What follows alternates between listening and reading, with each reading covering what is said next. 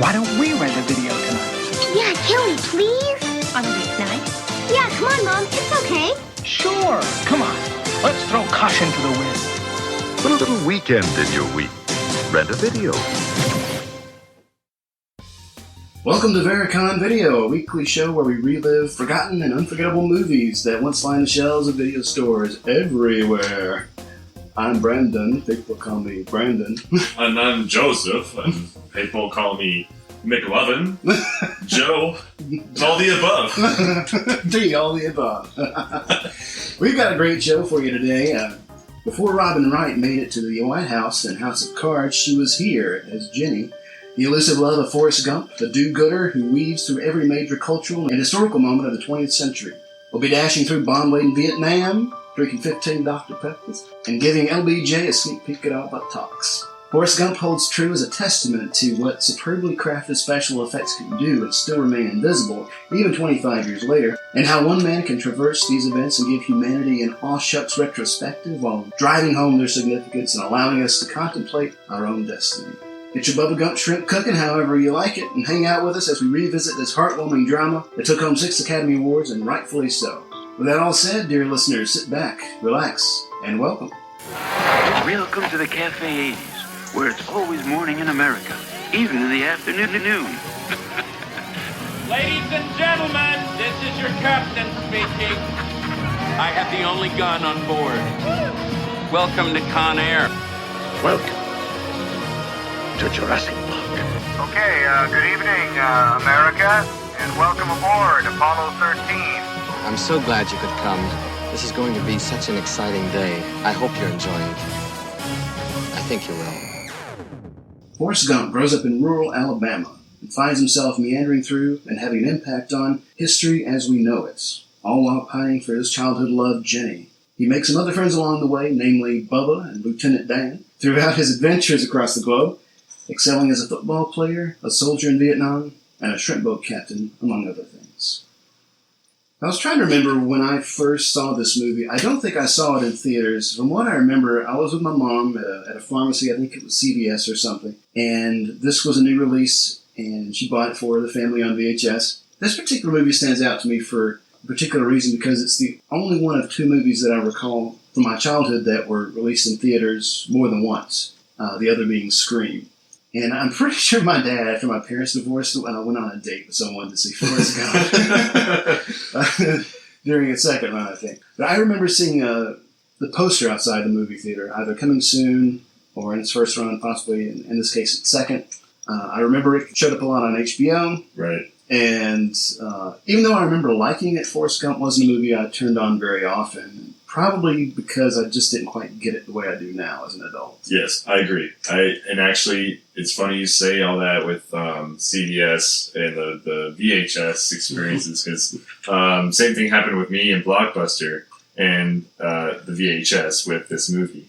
Because that's the first time I ever saw it, was going to Blockbuster and seeing it right there on the shelf. I'm like, I gotta pick this up. Because the family was interested. They were all like, y'all never saw Forrest Gump before? We gotta watch it now. Yeah, well, it's big. Tom Hanks making big waves at the time. Huge. And this was the film that really pushed him over that edge, and he ultimately got the Academy Award for Best Leading Actor in this movie.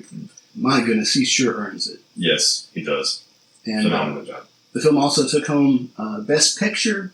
Robert Zemeckis, who directed this movie. The franchise he's most responsible for bringing to the screen is the Back to the Future trilogy, and also Who Framed Roger Rabbit. That stands out. I believe he also did Polar Express. Yes, he did. Yes, he did. Christmas Carol as well in 2009. Oh, the one was it the Jim Carrey Jim one? Carrey version, okay. Right. Yeah. Right. And so with Polar Express reuniting with Tom Hanks. Zemeckis also reunited with Alan Silvestri, who did the score for Forrest Gump, who he had worked with on the Back to the Future trilogy and also Who Framed Roger Rabbit. Brilliant composer. Brilliant composer. His scores have a very different kind of vibe to them than, say, well, of course, Danny Elfman, but John Williams or Hans Zimmer, James Newton Howard, all those guys. Very distinctive, especially in the 80s and 90s. He was still creating these very beautiful, very emblematic themes for movies. So, of course, Back to the Future, when you hear that, you know what it is. Right. It's very distinctive. For this movie, he plays it down. Yes. It's much more under the surface. It doesn't draw attention to itself. The tone of the piano really sets foot in this movie. Yeah. The piano plays a big part. It's very intimate and delicate. Yes. It's amazing how it captures your attention, though. You know? Yeah. Even though it doesn't draw too much attention to itself, it's what's carrying the feather along. Right. It's light. It's very light. Yes. It's light. Yeah. Light. Yeah. It's that one definition. Light. But besides, like, the main theme that we hear in the beginning and at the very end, not much of the music really stands out to me. Yes, I agree. I agree with that. I think for the majority of the movie, it's very, not only minimal, but there's so much other music that's there. There's so many other rock songs. Classics. The classics from the late 70s. They really emphasize on that more so than any original piece. The music kind of puts us in that time and that culture. Let's see. Let's talk about a little background context on this movie. Joseph, did you know that Tom Hanks was not paid for this movie? Are you serious? Not a dime. Instead, he took percentage points, and that got him about $40 million. Holy moly. Whoa. I don't often hear of actors doing this. There was a famous story about Jack Nicholson in the 1989 Batman, how he didn't take money up front, I don't believe. I think he took points of the box office receipts, and so he made more money than anybody on that movie. Oh my gosh. I mean, it took a little while, but ultimately he made the better deal. I mean, that's brilliant, though. It really is. I didn't realize anybody could do that. Yeah, it's like I said, it's not very common, but it's something that especially filmmakers who are not well established yet, if they're trying to get a big name actor like Jack Nicholson, for example, or Tom Hanks, they can negotiate for like a back end deal where they don't get a big chunk up front, but they shave off a little bit as the grosses come in. Right. Oh, that's crazy. Tom Hanks actually signed on to this film an hour and a half after reading, but the only caveat was that this movie was supposed to be historically accurate. This movie is actually based on a book by Winston Groom. I've never read the book, and I can't remember the specifics of the accent, but the accent is very pronounced in the book. But Tom Hanks actually patterned his accent after Michael Connor Humphreys, who plays young Forrest Gump, who actually spoke that way. Wow. So I thought that was pretty interesting that he made that choice. And actually, this actor who played young Forrest Gump later went on after high school and joined the Army. It's like Forrest Gump. Yeah. He was in Germany for a while, and then he was deployed to Iraq, and then spent some time in Kansas. So he spent about 4 years in the Army, and then it said that he was given the name Gump by his fellow soldiers. Oh my gosh. A lot of CGI in this movie, and it's very subtle. It doesn't, like the score, it doesn't draw too much attention to itself. If you weren't careful, you'd miss it. Yeah, but it was very discreet. Because I think today, I mean, this movie's almost 25 years old. Today we're so used to seeing CGI in everything. Still, at least personally as a viewer, I don't buy it. It kind of takes me out of the whole experience. I can't suspend my disbelief. You're always concentrating on the CGI rather than the actual moment of the story or the movie, and you're more concentrated on the effects that they put into the movie rather than what the meaning is behind it. You know, because you're like, oh, that's CGI. Well, that's not. Well, that's not real. Yeah. And it gets distracting. And so I think that, I mean, maybe this is just my age showing, but practical visual effects using real props and creatures or whatever, or models and all that sort of thing, it's so much more believable. I went to see Spaceballs last week at the Alamo Drafthouse Cinema in Raleigh, North Carolina, that I didn't know even existed until several weeks ago, which, by the way, this is my favorite place on earth now. Officially. Tiny digression. The Alamo Drafthouse in Raleigh has within it a video rental operation called Video Vortex. They have 75,000 VHS tapes, DVDs, Blu-rays that you can rent for free. That is the hizzle. And of course, there's collectibles that they sell. I bought a pack of Gremlins 2 trading cards while I was there. And they have a full bar, full menu. Food is fantastic. Wow, what a great place. Yeah. But Spaceballs, all practical visual effects. The very first shot, you see this massive spaceship going in front of the camera, Star Wars style, but the shot goes on and on and on and on. So that's kind of the joke, is the ship is just super long. But this is a model. It's not a computer-generated thing. In my mind, I just buy that as a real thing. Right. Does that make sense? Right, it does, yeah. If it was done with a computer, I think it would be less effective on the screen. Exactly. But the CGI in this movie is very effective, I think, because special effects are artfully done to augment or supplement the story and not for the spectacle. Yes. So I think that's the distinction. trying to work through in my head to articulate. I was very impressed with how they did this in the movie because, it's very hard to transition somebody in today's time back in the 1960s, 70s, and to put them into the live television footage that occurred back then. And I think that the way they shot everything from scene to scene with the major transition points at that time, it was so impressive with minimal CGI to incorporate Tom Hanks into such a crucial time in our history. It was amazing. So, for example, even during the ping pong matches, there was no ball. It was entirely CGI, just animated to meet the actors' paddle. And so you're wondering, how the hell is Tom Hanks this masterful... So fast! The accuracy. Wow. I want to be like him. Method actor. The bench that Tom Hanks sits on for most of the movie while he's telling the story to all the people who stop by and rest on the park bench. This is located in Savannah, Georgia. It is now preserved at the Savannah History Museum to keep it from being destroyed or stolen. And I actually saw this bench when I was a senior in high school. My mom and I went to Savannah to look at Savannah College of Art and Design. And I was thinking of going there. We're killing some time, went to the museum, and there was the bench. Wow. The bench, I'd forgotten about that until this movie started. Well, I was about to ask you if you've seen any of these sites or and stuff like that, and that just answered my question. That's amazing. I think that's the only one. Well, when I was in Orlando with my family for vacation when I was 15 or 16, we went to Planet Hollywood for dinner, and in a little moat outside of the restaurant was Jenny, the boat. Wow. And wow. It was a nice little bonus because I was actually going there to see a costume that Bruce Boxleitner wore in Tron. Oh my gosh. Killing two birds with one stone. Yeah, 2 birds with 1 stone. Another prominent special effect that we see is Gary Sinise's lower legs being digitally removed. So he would wear these blue stockings on his legs. Those could be taken out digitally later on, and so it appears as though he has no legs. There's even a neat little thing that they do at one point where Gary Sinise is sitting on the floor and he's spinning himself around, trying to get back into his chair. And there's a coffee table that his actual legs would have hit as he spun around. And so they shot it once without the table and then shot it with the table and composited it. So as he spun around, it just sells the effect even more. Brilliant. So you just that attention to detail. It's to sell it. Earlier in the movie, we see the Gump boarding house, and one of the people staying there is, we later learn, Elvis Presley, and teaches, or Forrest actually does the little shimmy. The little shimmy that he doesn't. So hey man, show me that little move you're doing there. But actually, this was voiced by Kurt Russell. He didn't play the young Elvis, that was a different actor, but in an uncredited role, did the voice and reprised his role from the 1979 John Carpenter movie.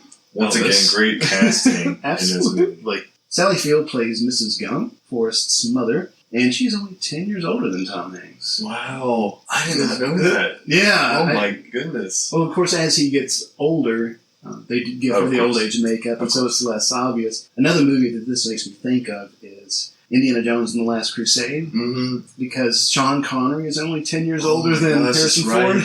I remember reading his father, Junior. The writer of the book, Winston Groom, thought that the perfect Forrest Gump, in his mind, was John Goodman. Oh, yeah. And that would have been an entirely different movie. Of course. The Vietnam scenes, for the most part, were all shot on what is now the Ocean Creek Golf Course on Fripp Island, South Carolina. Fun fact. Fun fact. Just right down the road from us, actually. There's a scene where John Lennon, there's some archival footage of John Lennon that they composite into a scene with Forrest Gump as a guest on the Dick Cavett show. And his dialogue is almost all from his song Imagine. So it says, no possessions, no religion too. It's easy if you tried it, that. Yeah. And when we get there, I want to talk about this conversation because it makes absolutely no sense to me. Yes, I realize that too. That's I can't wait to talk about it.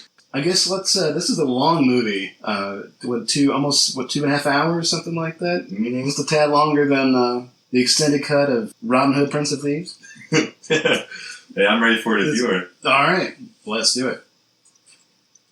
So we open with this lone feather floating in the breeze. It's dancing above Savannah, Georgia. We got that Alan Silvestri score, and it floats around. We see the park, we see the fountains, we see the weeping willow trees, and then this feather lands at the feet of, we'll later learn, is Forrest Gump. It lands at his dirty running shoes. That will come into play later. Yeah, why are his shoes all dirty?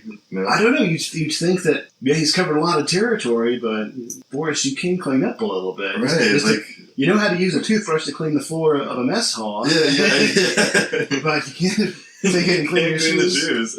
And then he takes the feather and he's going to put it in his little briefcase or in his suitcase. And then in his suitcase we see all the souvenirs from different moments. That's pretty powerful. That have transpired already. So we see his ping pong paddle, his Bubba Gump shrimp hat, and then this aged Curious George book. He sticks the feather in the book. The bus drives by and we see a sign on the side of it advertising a car, a 1981 model. So that kind of gives us an idea of where we are in time at this moment, because we're going to flash back quite a bit. Now, this nurse comes along, sits down on a bench. Forrest offers her a chocolate. He's got his box of chocolates. And, of course, the classic line, my mama always said, life is like a box of chocolates. You never know what you're going to get. And Forrest makes a comment about you can tell things about a person by their shoes, where they go, where they've been. And up until this point, Forrest has been rattling on, and this nurse is not paying him any attention.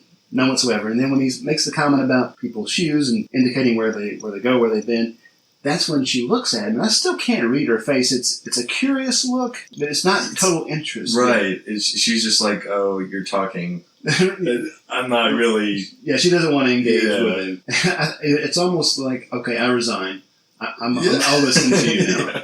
Exactly. Because he's been going on about those look like comfortable shoes. I wish I had shoes like those. I bet they're so comfortable, and she's like, my feet hurt. Yeah. Like, just stop. Stop.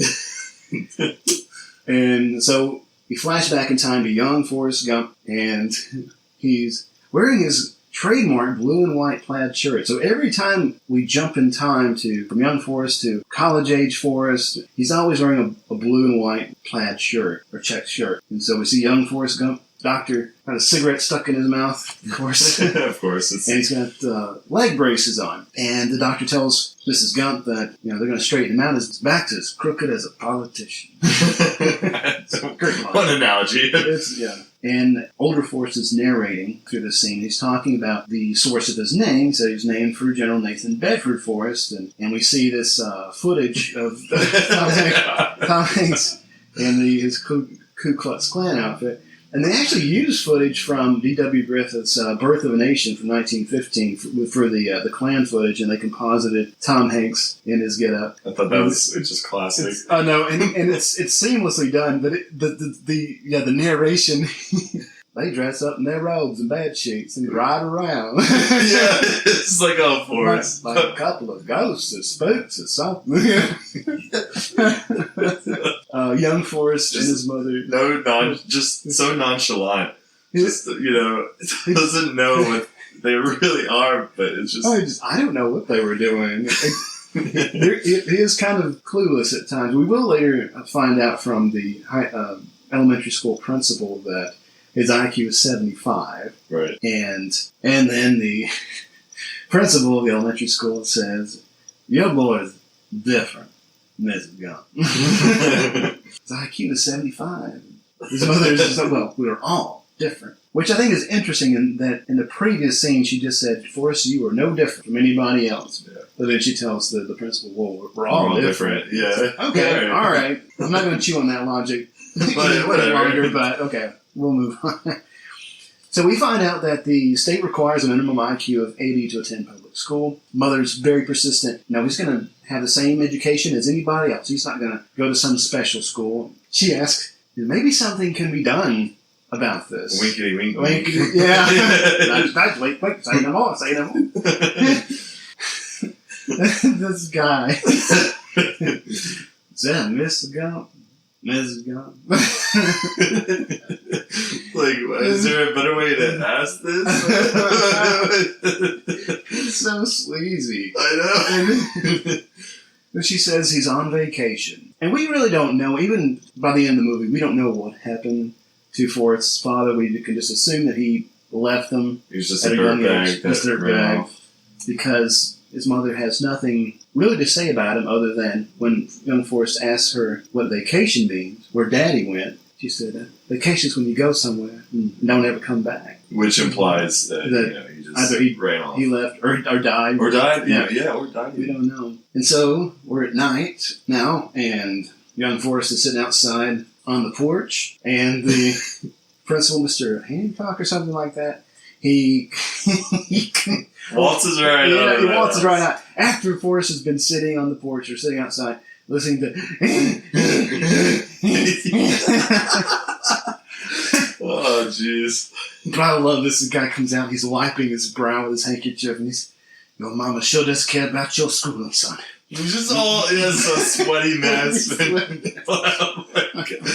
Take care of yourself. Golly. He goes up to Forrest, you don't say much, do you? And Forrest just looks at him, It's priceless. It's a brilliant scene. So later that night, Mrs. Gump is reading Forrest this Curious George book that we saw at the beginning of the film in his suitcase, and that's when he asks about what vacation means. And then we see the busyness of the boarding house. There's so many people, lots of guests, as Forrest says, people living out of their suitcases and hat cases. With this one man, he had a guitar case. Guitar. And that's when we meet Elvis and doing little shimmies with the legs. And Forrest is killing it. And even in his leg braces, he's got that move down. And then later they see Elvis on TV. Like they're out shopping, and through the storefront window they see a TV, and Elvis is performing. Doing nothing but a hound dog. And he's doing a little shimmy. And the mother looks surprised. I don't know if it's because she recognizes that was the dance that Forrest was doing, or because she says, this is not for children's eyes. Right. So I don't know if it's just scandalous or if she was just really surprised that he took that. Because I'm sure Forrest was like, hey, I know that move, Yeah, I'm surprised he didn't say anything about it. Right. So Forrest is starting school, public school, now that his mother has worked out a deal. And he gets on the bus, meets the bus driver, and he's trying to find a place to sit, and everybody's like, this seat's taken. Can't sit here. And then this little girl says, you can sit here if you want. This cute, this adorable little girl. She's so cute. Forrest introduces himself. We get that classic line that we'll hear so many times throughout this movie. Are you stupid or something? Mama said stupid is as stupid does. It's that little adorable boy voice. Yeah. And I love how he says his own name. Jenny introduces herself and he says, I'm Forrest Gump. And he says that they were like peas and carrots together. She taught him how to read. She taught him how to climb trees and taught him how to dangle and swing and all that sort of thing. When he tells these little parts of the story, it reminds me of a Dr. Seuss kind of sing-songy description. She taught me how to climb. I taught her how to dangle. Right. And all this. All these little snippets, just little short lines. And she taught me how to read. I taught her how to swing. We'll not do it in a boat. We'll not do it with a goat. Or yeah. That kind of thing. Green eggs and ham. But he says that Jenny was his most special friend, his only friend. Which we can definitely use as a reiteration down the road with this movie. Oh, sure. Yeah. Her being his only friend. Yeah. And this next scene, has been parodied so many times that it almost doesn't work for me in retrospect because I've seen it laughably copied so many times. Yes. Where these bullies are harassing young Forrest and Jenny as they're walking home from school. They're throwing stones and on their bikes. And young Forrest still has braces on his legs. And Jenny just telling him to run, Forrest, run, Forrest. And they're gaining on him. And he's getting along on his braces barely, but he's still slow. And then he's liberated from his braces. They just fall off. They just fall to pieces. And I love the sound effects, though, when they just fall off. It was a very climactic moment for Forrest, and they made that well. Yeah, because you have the sound effects. It happens in slow motion. Right. And the score, it punches through. It does, yes. And Forrest looks down, and he knows he's been liberated. The excitement. His eyes are wide, and he's going for it. He bolts on home. Then he goes to Jenny's house, and he talks about her father being a very loving man. Always kissing and touching her and her sisters. And in the back of your mind, you're like, oh, Forrest, buddy. Do you know what this is about? It's like, we should probably call the cops. Yeah. Jenny says that her daddy's taking a nap, and he comes out. He's belligerent and drunk, and they take off running through the cornfield and get down on their knees. She says, "Pray with me, Forrest. Pray with me. Dear God, make me a bird so I can fly far, far, far away from here." And just repeats that. And so they got their hands clasped, and you see this crane shot with the father looking through the corn for them, and then all these birds take flight. Right. And of course it's the "Dear God, make me a bird," but then you've got the actual birds taking flight, also CGI birds. Yes. That you unbeknownst to the viewer, people, yes, the typical viewer. Because of the situation with her father, Jenny goes to live with her grandmother, and Forrest is delighted because that means that she's going to be closer to him. And he says that sometimes she would sneak out and come over because she was scared, but he doesn't know of what. He's like, "I think it was a grandma's dog." It was a Maine dog. It's a Maine dog. It's just so naive, right? But it's endearing. So we flash forward. Forrest is, I suppose, either a senior in high school or I think he's about that age, right? 20, supposed to be. And then the exact same scenario happens again, and this always kind of bothered me that it's exactly the same scene. These bullies come along, "Hey, stupid!" And but except on bikes, they're in a pickup truck now, and they're throwing rocks at him. And Forrest is with Jenny, and she says, "Run, Forrest, run!" And he takes off running. And so they're gaining on him. And this is another invisible CGI effect where we have Tom Hanks. They first shoot the pickup truck without Tom Hanks running in front of it. And then they shoot a plate with Tom Hanks running. And then so when they composite it together, it looks like they're right on him. Right where his feet are almost kicking up on the bumper. I was wondering about that too. I was like, how did they film that? Yeah. It was crazy. I didn't know until good. I watched a documentary on YouTube with some behind-the-scenes stuff. Like, I didn't know that was CGI. Because even when you go back and watch it now, I mean, if you look, you can tell there's something just a tiny bit off, but only if you're looking Only if you're really looking for it. Yeah, that is just very good. And so Forrest runs onto the football field at the University of Alabama and takes, Paul Bear Bryant, the coach with the checkered fedora, takes notice of him. "Oh, who's that guy?" So I was like, "Oh, that's Forrest Gump. He's some dumb local." Local idiot. Yeah, local idiot. Yeah, and but because of this, Forrest goes to college and plays for U of A. In the stands, we see people with red and white cards, and they're spelling out "Go Alabama" and then "Run, Forrest, run." Right. And also a great CGI effect that doesn't draw too much attention to itself. I'm not really sure if Forrest knows how to play football exactly. He just knows how to run. He just knows how to run. Whatever direction you're pointing him to run, he'll run. Yeah. Right, because he doesn't know to stop at the end zone. Right. And he just takes off and barrels through the band on the sideline. That's great. And because in the second scene of another game, the band is prepared to tell him to stop. Yeah, they hold out their hands like, whoa. Something I want to come back to over the course of this episode is the theme of running. Yeah, it's right in your face. He runs all the time.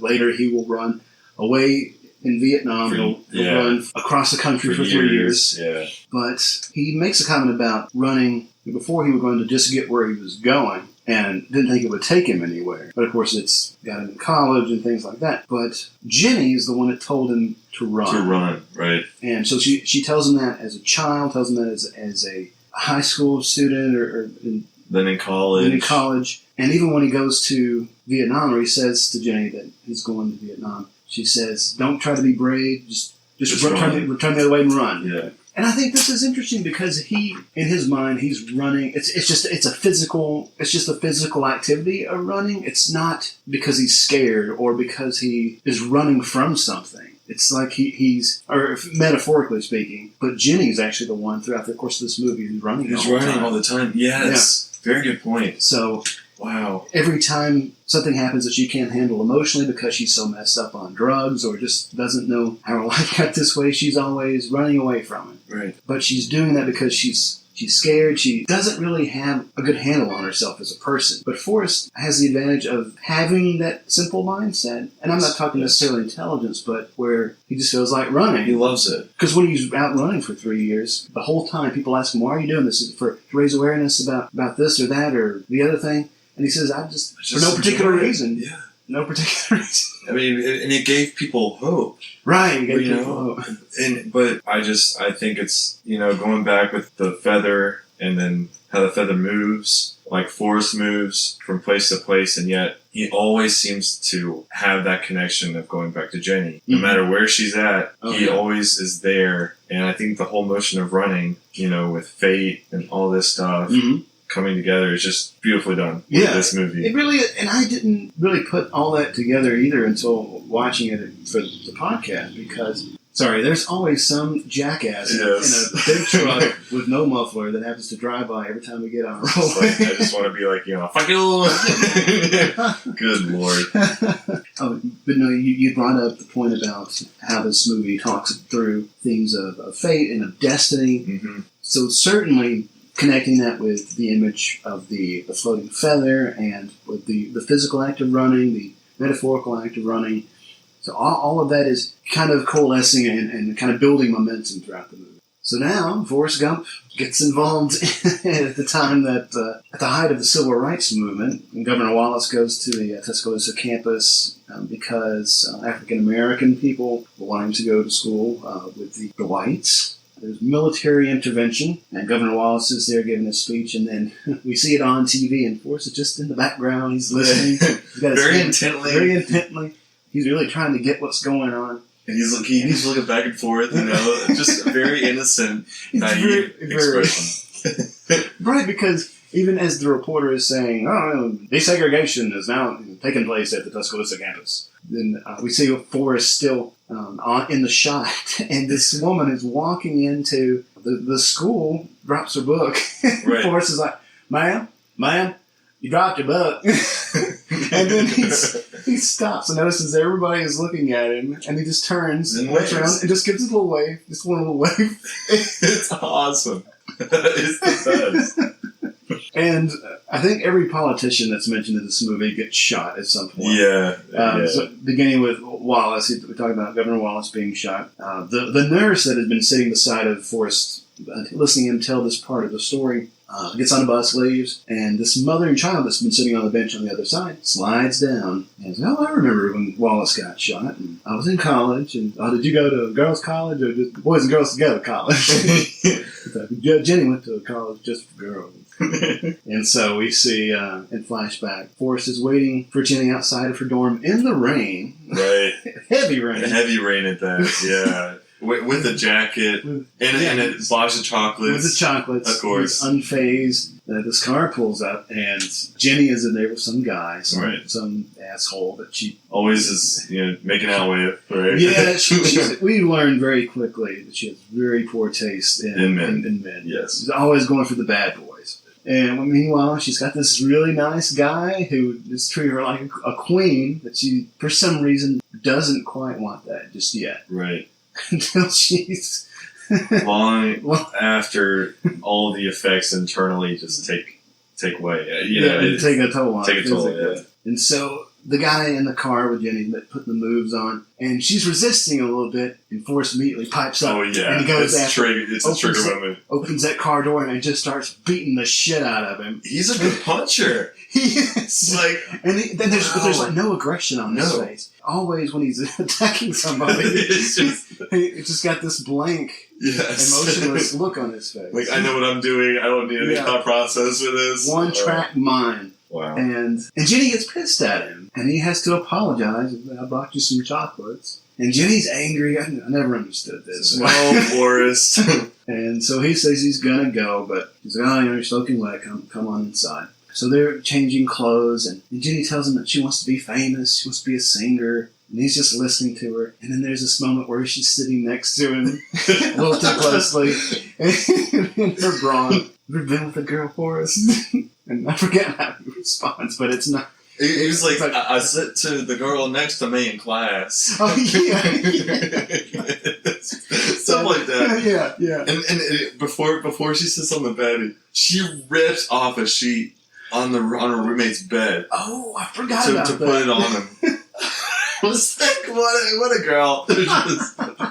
Oh yeah, gosh, yeah. Because fantastic. at the end of the scene we see that the roommate has been in there the whole time. Just freaked out sesh right there. That's good stuff. And so she takes her top off, and he has this little freak out. He averts his eyes, his wide eyes. It's like, oh, yeah, really nervous. Doesn't she take his hand, put it on her breast? Put it on her breast. Yeah. Then he freaks out. He pulls his hand away. He's like, I'm sorry. Yeah, I'm sorry. And she makes some joke to try to diffuse the situation. I bet that never happens in home ec class. Yeah.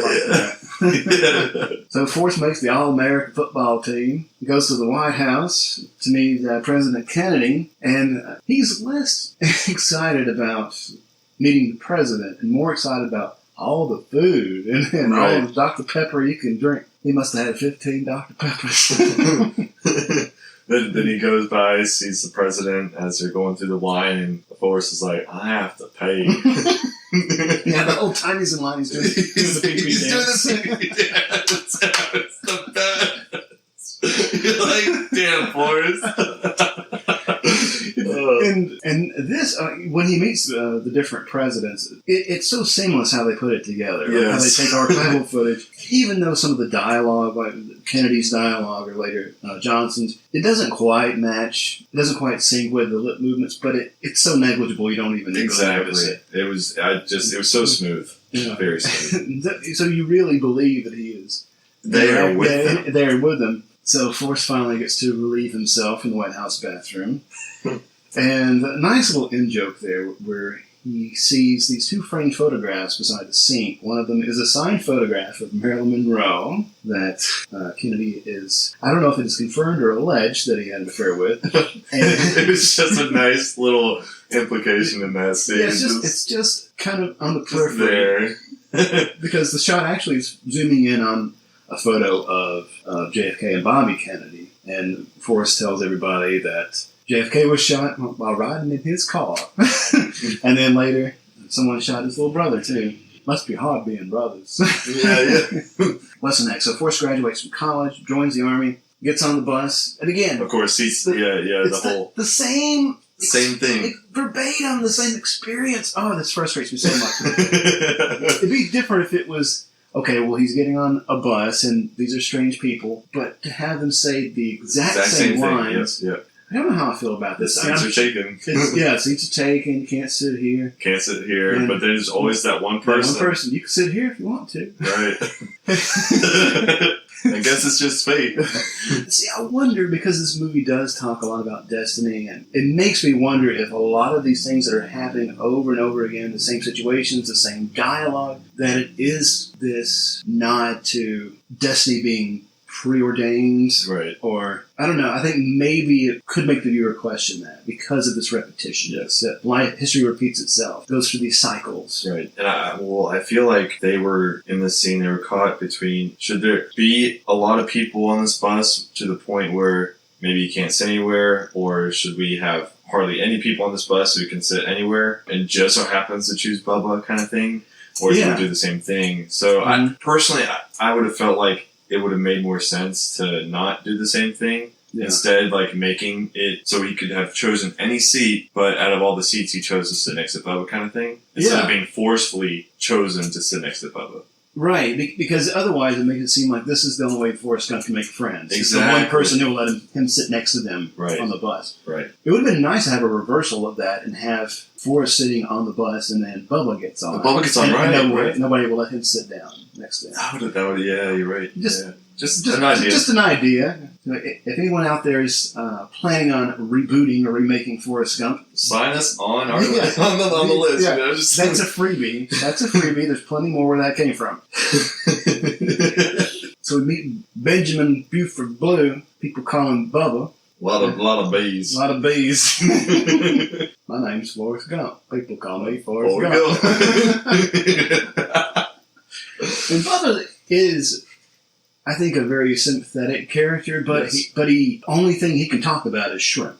That is all. That's all he knows. Talks about. I think the only bit of dialogue that he has that doesn't concern Shrimp is on his deathbed. And, Right. And so, Yeah. I don't know. This is the way he is. He has been dreaming about having his own shrimp boat forever, it seems like. That's the first thing he tells Forrest when he sits down next to him is his entire plan about getting a boat when he gets out of here. And he was about to go do it, but then he got drafted. So I guess that's his dream. That is what's helping him get through his experience in the Army. And once Forrest knows about this, he can't let it go. Right. You So know? like after Bubba is unfortunately killed, Forrest is true to his word that he's going to make this a reality. Right. It's pretty funny though when Bubba asks him, "You ever been on a shrimp boat?" He's like, "No, but I've been on a real big boat." All right, Forrest. Okay, we get it. This movie plays this trick a few times where Bubba's mama cooked shrimp, and her mama cooked shrimp, and her mama cooked shrimp too. Right. And so we see in flashback the representation of different time periods. Right. I think they did a good job of that. I thought so too. Where we have the Mrs. Blue figure come in and serving the same dish, same dish in the same household. Right. It's the same setup, same shot. Yeah, exactly the same. Just different clothing. Yeah, for the just different period areas. clothes. Yeah. So again, history repeats itself. Life is cyclical. Forrest says that being in the Army isn't hard. You just make your bed real neat and remember to stand up straight, and I'll answer everything with yes, drill sergeant. Yes, drill sergeant.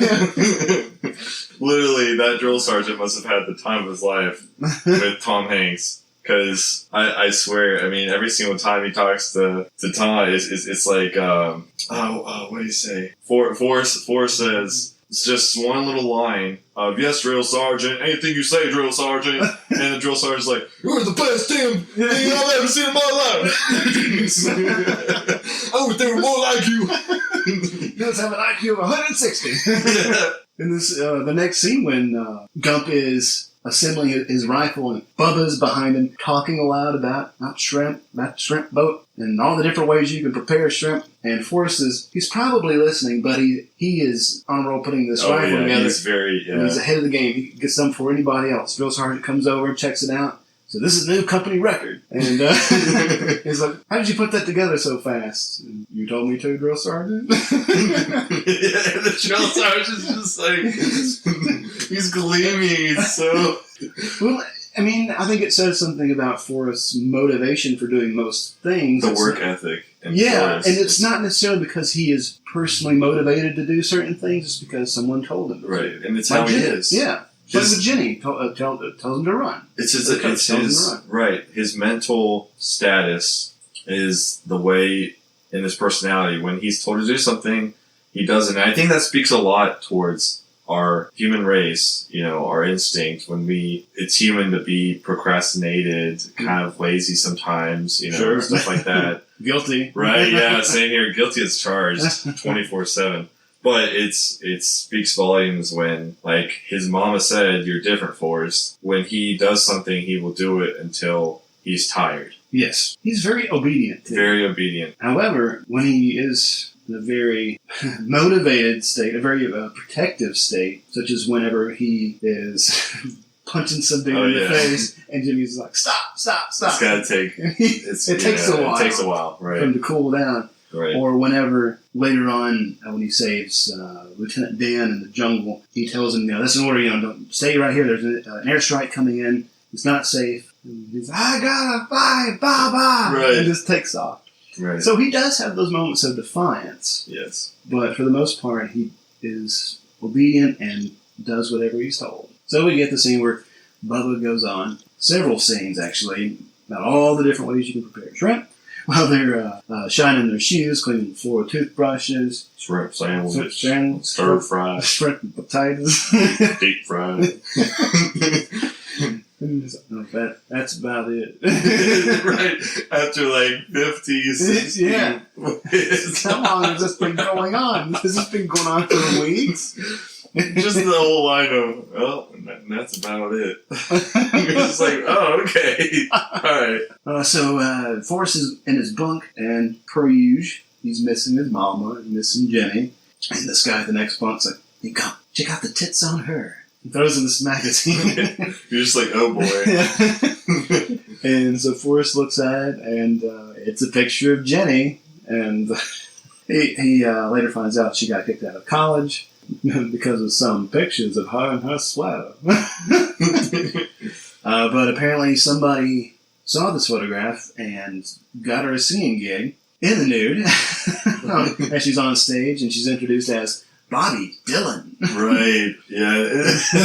And then Forrest, when he hears her sing, he's just like, I just love that she's finally, getting the chance to sing. Yeah. I think she's made it. Right.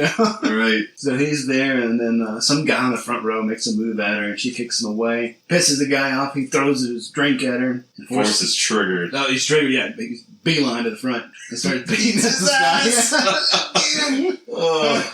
What? The way he throws punches, I want to be like him.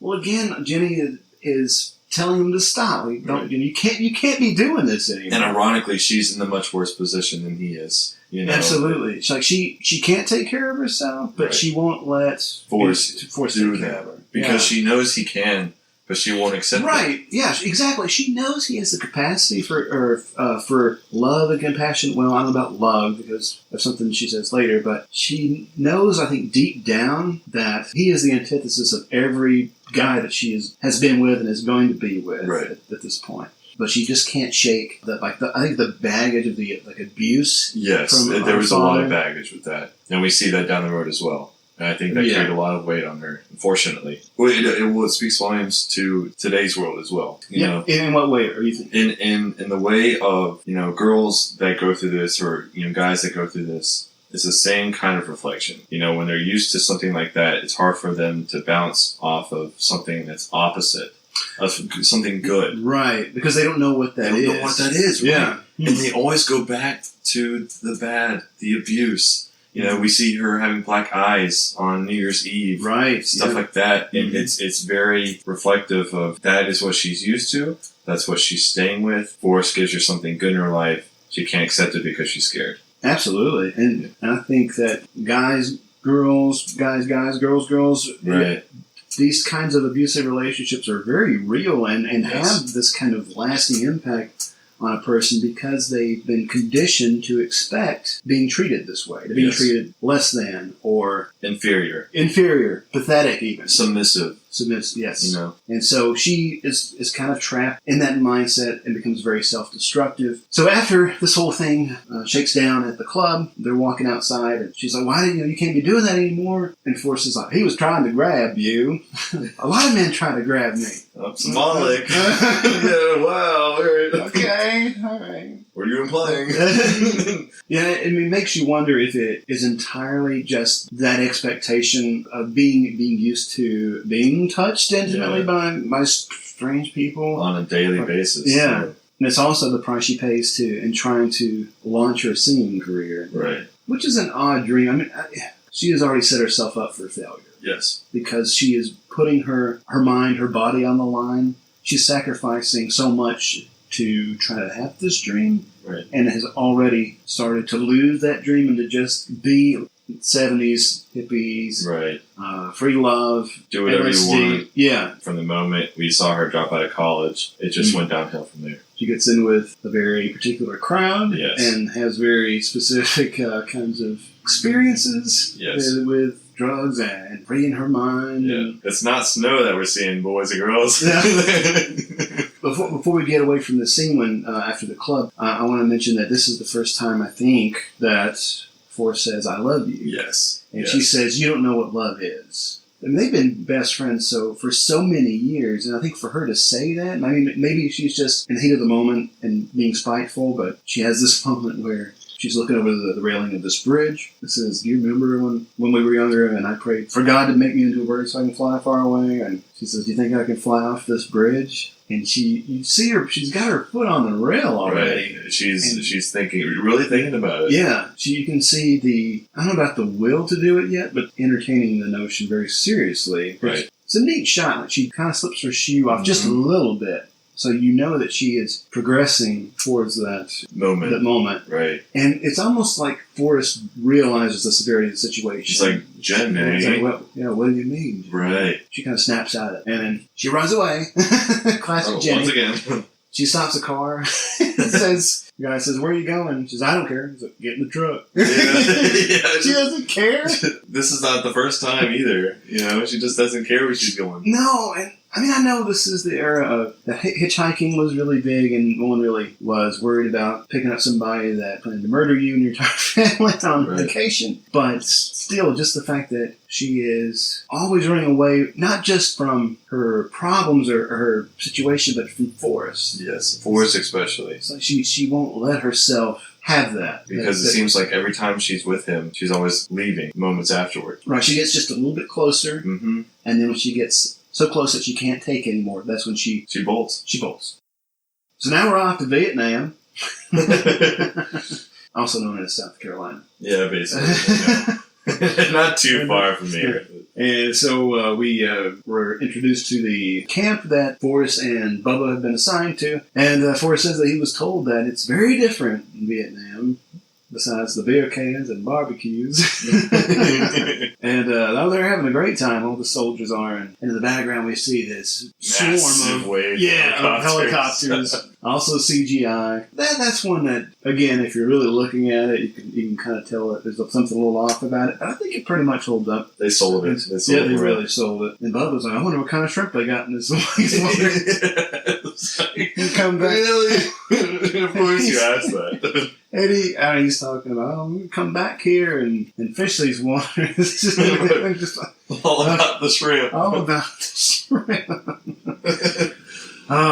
And so we meet Lieutenant Dan, played by Gary Sinise. And this guy, he is a fantastic actor. I really miss seeing him and stuff. I think the last thing I've heard he was doing was CSI New York or something. Mm-hmm. And that's okay, but my goodness, this guy was in so many great movies. And this made it for him. Oh, yeah. I mean, he is Lieutenant Dan. The Lieutenant Dan. And he's really owned up to that. Like he's done a lot of charity work for people in the military, for veterans. Right. I think it's Beaufort, South Carolina, where the production purchased the Jenny boat, the shrimp boat. Gary Sinise, I don't know if he still does it, but they would have an event with like Lieutenant Dan weekends, and he would go down there, and he had a band called Lieutenant Dan Band, and I was like, that's amazing. That's pretty cool that you own that, or that you're that proud of such a role. That's how massive this movie was, or how important it was to people. The impact was astronomical. I mean, this is all people were talking about at the time. I mean, not only because it won Best Picture, but the merchandising. I mean, my goodness, I had Bubba Gump shrimp hat. I had every box of chocolates you could find had him on the cover. Right. And that's an actual restaurant now. Yeah, the Bubba Gump shrimp restaurant. Yeah, it's a massive operation. It's amazing. Oh, Gary Sinise. I must say that one movie of his I highly recommend. He also directed it. It was an adaptation of Mice and Men by John Steinbeck. It stars him and John Malkovich. I mean, my goodness, but what a performance! That movie casting, the actors. It is incredible. And a great adaptation, very faithful. But go check that out, Gary Sinise. So he's Lieutenant Dan. He tells Bubba and Forrest, "You must be my FNGs," which I'd read is fucking new guys.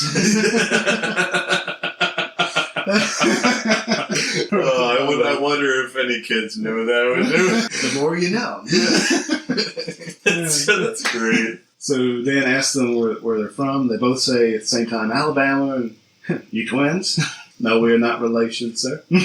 And Gump is narrating. He's talking about Lieutenant Dan coming from a long, great military tradition. And again, more of the same kind of thing that we saw with Bubba's mother. The sequence of shots, the same shot, we see Gary Sinise playing different people from his family at different time periods who died in every major war. Yeah. And they all fall on the battlefield the exact same way. It's almost comical. I mean, I know they're not playing. The face. Yeah, the face. Oh my gosh. I wonder how many times they've seen this. I know. They probably just had this little swath of grass and like, okay, Gary, you put on your Civil War costume or whatever. Yeah, and just then, okay, fall now down. Get you to fall down with your bayonet. All right, now change. Fall down. Get that same face as last time. Yeah. Lieutenant Dan gets distracted and comes back and he's like, so you boys are from Arkansas, huh? Been through there. Little Rock's a fine town. I think that cracked me up more now than it did when I was younger because it's a very human moment because he can't really remember where they were from. He knows it starts with an A. Yeah. Somewhere down south. Yeah. Little Rock's a fine town. And he goes and takes a shit. Yeah. He's got his toilet paper in hand. He's kind of laying down the roll. So we get some more great classic music from the era, and they're marching or en route somewhere. And this is the part where I start to lose interest because we just see them pausing, starting and stopping, going through rivers with their rifles above their heads in the rain, and just this montage stuff. Forrest is talking about his fellow soldiers. It's Dallas, he's from Phoenix, and Cleveland, he's from Detroit. And like the names, you know, and then Texas. I don't know where he's from. Maybe he's from Dallas. or Cleveland. Or even Albemarle. And then he's going through all the different types of rain that he went through. Again, we have this very Dr. Seuss kind of description. Heavy rain, a little bit of stinging rain, big old fat rain, rain that blew in sideways, and some rain that seemed to come straight down. or even the rain that just bounced back up at you from the water. Yeah, that's right. Oh, yeah, that's right. It said, and some rain seemed to come from straight up. Yeah, that's right. That's right. It's almost, it's a little Dr. Seuss, but also a little Mr. Rogers kind of thing. Right. That very simple way of describing something. And I don't know if you've heard this. I saw the picture yesterday. I'll show you right now, actually, of Tom Hanks is playing Mr. Rogers. Really? In a biopic. Oh my gosh. He's got the hair, he's got the story, he's got the khakis, the red suit, the cardigan, the sneakers. Oh my gosh! Oh yeah. Did you ever watch Drunk History? Yes. There was an episode where they're talking about Mr. Rogers and when he went before Congress and trying to save his show and stuff. But Fred Rogers was played by Colin Hanks, Tom Hanks' son, in that segment. So I thought that was kind of neat. It's pretty cool. So while they're in some type of rain, Bubba asks Forrest to partner up in his shrimping company idea. Bubba's going to be the captain. Forrest is going to be the first mate. They're going to split everything 50-50 right down the middle. And Forrest says, well, that sounds like a fine idea. And Forrest is talking about riding Jenny nearly every day while he's there. Yep. And we don't know really how long he's there for, but... It seems like after when he's in the hospital, he gets the mail back. It's just massive. He gets a stack of mail, all returned to sender, and it's all undeliverable mail. If that was me, that'd be very deflating. I'd be so disappointed. After all of that effort writing her, she's out, in some Volkswagen bus and hanging out, just doing acid or whatever. Yeah. Doing whatever. It's just. Not a care in the world. Yeah.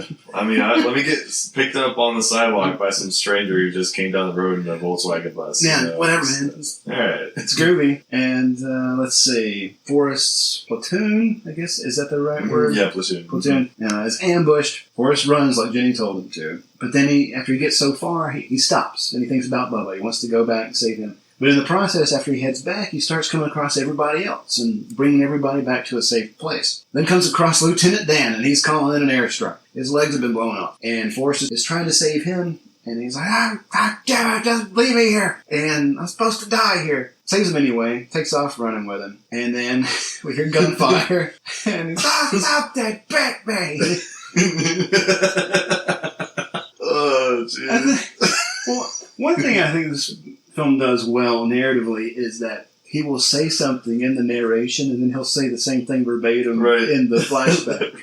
Like in the scene where Lieutenant Dan says, would always say this, get down, shut up, and then, get down, shut up. It was like here when he said, and then all of a sudden something just jumped up and bit me. And, stop that, bit me. Right. And you're just like, that's exactly how it happened. Yeah, so he's telling you exactly all the details. So he is a very reliable narrator, you would say. Yes. Oh, man. So we learn that the airstrike is coming in. Forrest is still looking for Bubba, finds him mortally wounded, takes him in his arms, carries him running while the airstrike is coming in. It's a great shot. So behind him, all these bombs start coming down, raining down on the forest or the jungle. And this is another scene where they did some compositing work because they shot a plate, I think, of just Tom Hanks and the actor who plays Bubba running, and then later they set off the explosions and then composited the two together. Wow. But something else I thought was neat is that Tom Hanks couldn't carry Bubba, and so they actually had a pulley or some kind of harness that would travel with them, so it looked as though Tom Hanks was carrying the full weight of this actor. I thought that was pretty really cool. And I also want to mention that if we want to also put a little snippet about fate here, of how he was going back for Bubba, but while going back for Bubba, he just happened to come across all of these guys that were in his platoon, and then Lieutenant Dan, out of all people. That's a good point. Yeah. That's a good point. And this is where he is defiant of Jenny's advice. Right. Like, first, he runs away, but then he goes back because she told him not to be brave. Right, but he was brave anyway. He was brave anyway. Wow. All because Bubba was another one of his very good friends. Right. And because he went back for Bubba, he ended up saving all these other people. Right. Because he did what he wanted to. Yeah. You know? Yeah, that was his driving force. There. Right. Like Jenny Forrest says, Bubba was my best friend. Yeah. Oh, yeah. And that was a very climactic scene, I think. Yeah, it's still kind of, it tugged at my heartstrings a little bit. Since we have seen him on screen, all he's been talking about is shrimp. But then here in this moment, as he's dying, he's like, why did this happen? I want to go home. Puts a lot of it in perspective. Yeah, especially when he says, why did this happen? Because, again, it's thinking through that theme about destiny and fate. And it's like, ultimately, what brought me here? What is, why, what in the course of his destiny or of life events, why did it have to happen this way? Because all he wanted was to be a shrimp boat captain. I know. He was just trying to get out of the army. He was just trying to get out of the army, right? And this happens. Dream. And it was just so symbolic as to we can't control our own destiny. No matter what we do, we have no control over what's going to happen. And I think they did a wonderful job with Williamson's acting, looking at Forrest, and how he just fixated his eyes on Forrest through all of his lines. Yeah. And just the whole innocence dying right there. The Vietnam scene, I didn't count how long it went on for, but it really drags for me personally. And even when I was younger, I would kind of tune out after the Lieutenant Dan scene where he takes a shit and everything. Yeah. I kind of zone out until this moment when he's in the infirmary. And I think it's in part because I have a personal aversion to war movies. And so even though I recognize I can appreciate really great war movies, Saving Private Ryan or Full Metal Jacket or any number of those movies, but I just can't quite get personal enjoyment out of them. Right. It's understandable. Yeah. And I don't know what it is. I think it's just so everybody's wearing fatigues and everybody's shooting each other. Hey, everyone's different, right? Yeah.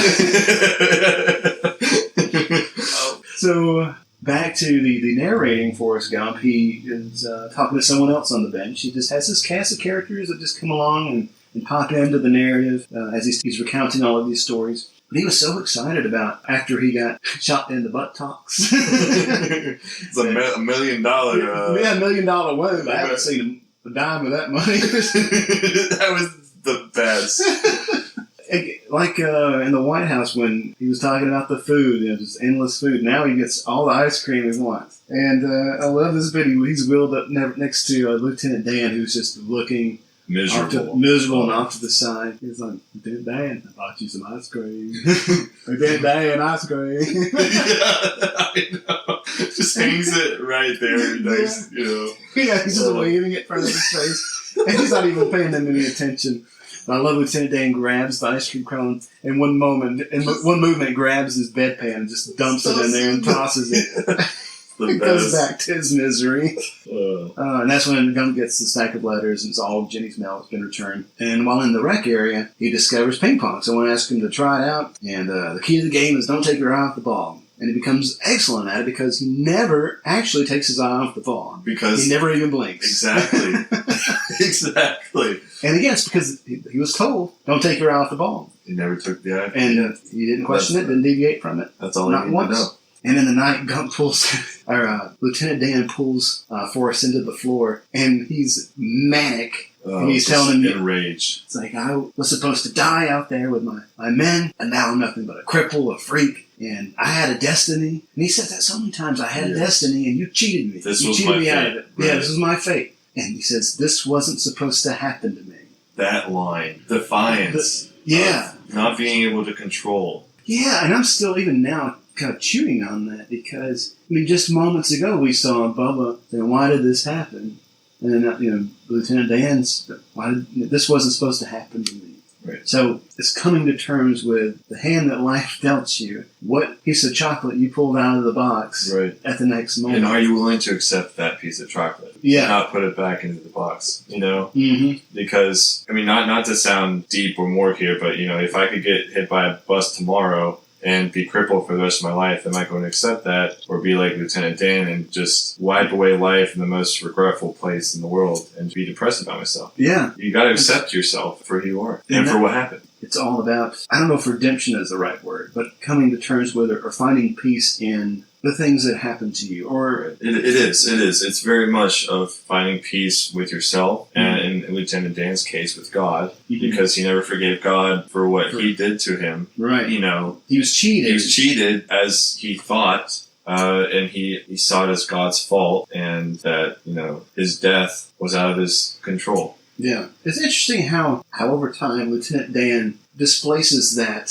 resentment towards Forrest and puts it on God. He's angry at Forrest because he said, you cheated me. You're the one who did this to me. You're the one who was supposed to let me stay out there in the jungle and die with my men. And then later when Lieutenant Dan comes back into the story, he's cool with Forrest, and he is talking about this is all God's doing. So we'll come back to that when we get to it. But Gump finds out that he's been awarded the Medal of Honor, and he goes to tell Lieutenant Dan he's already been discharged. And that's when we see Forrest, and he's getting the Medal of Honor from Lyndon Johnson. And so I understand you were wounded. Where were you hit? In the butt top, sir. That must be quite a sight. I think I'd like to see that. All right. And Forrest obliges, pulls his pants down, and shows his bare ass with the. And I love the reaction shot that they picked of from the archival footage of Johnson, where he just kind of looks and laughs, and then he walks away, just waving his hand. He's like, "God damn, son!" That still gets me. It's amazing. Oh, it's so good. And so his mother has come into town for the ceremony, and while she's taking a nap in the hotel, Forrest goes out and is taking pictures of the Capitol. Protesters come along, and he gets kind of corralled in with them, and he's kind of pushed up with the group up to this stage at the National Mall to talk. There's a guy who is, I guess, trying to rally the crowd, and this place is packed. Electric. Yeah. It's amazing. Yeah. It's just not a speck of anything but people. And so this guy's up there, and he's and Forrest says he was wearing an American flag for a shirt. So, get up here, man! Come on up, man! He's saying a lot of F words. Yeah, F this, F that. And every time he'd say it, everybody would cheer. It's like, oh gosh. And so he's pulled up to the front and to talk about Vietnam. And as he starts talking, some military officer goes over to the PA and starts pulling cables so that Forrest is still talking, but nobody can hear him. According to Tom Hanks, what he actually says is, sometimes when people go to Vietnam, they go home to their mamas without any legs. Sometimes they don't go home at all. That's a bad thing. And that's all I have to say about that. Oh, man. And I was wondering what he said. Yeah, I don't know if I buy it completely, or if he's just giving an answer to some reporter who asked, or some if he's just shows. mumbling. Yeah, he could just be just mouthing something. Yeah. And really, story-wise, it doesn't matter. No, because it doesn't matter what people hear; they're into it. There's a roar from the crowd, and then, what's your name, man? My name's Forrest Gump. Forrest Gump. Yeah. And he's like, Gump! It's like, oh, wow. It's very evocative of some rally scene from Braveheart or Lord of the Rings or something. Right. That's the war cry. Yes. It's like that's exactly what I thought of. Was like Lord of the Rings. Oh, that's funny. It's not exactly Robin Hood and his merry men kind of talk. But, it's a little more intense.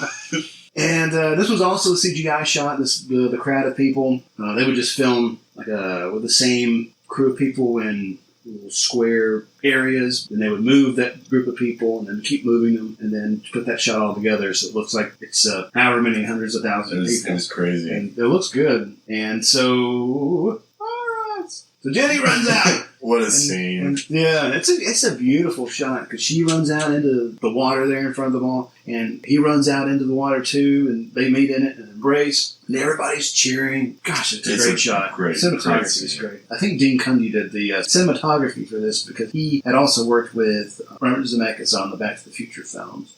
He's a very prominent cinematographer, director of photography, however you want to. It shows. It definitely shows. Absolutely.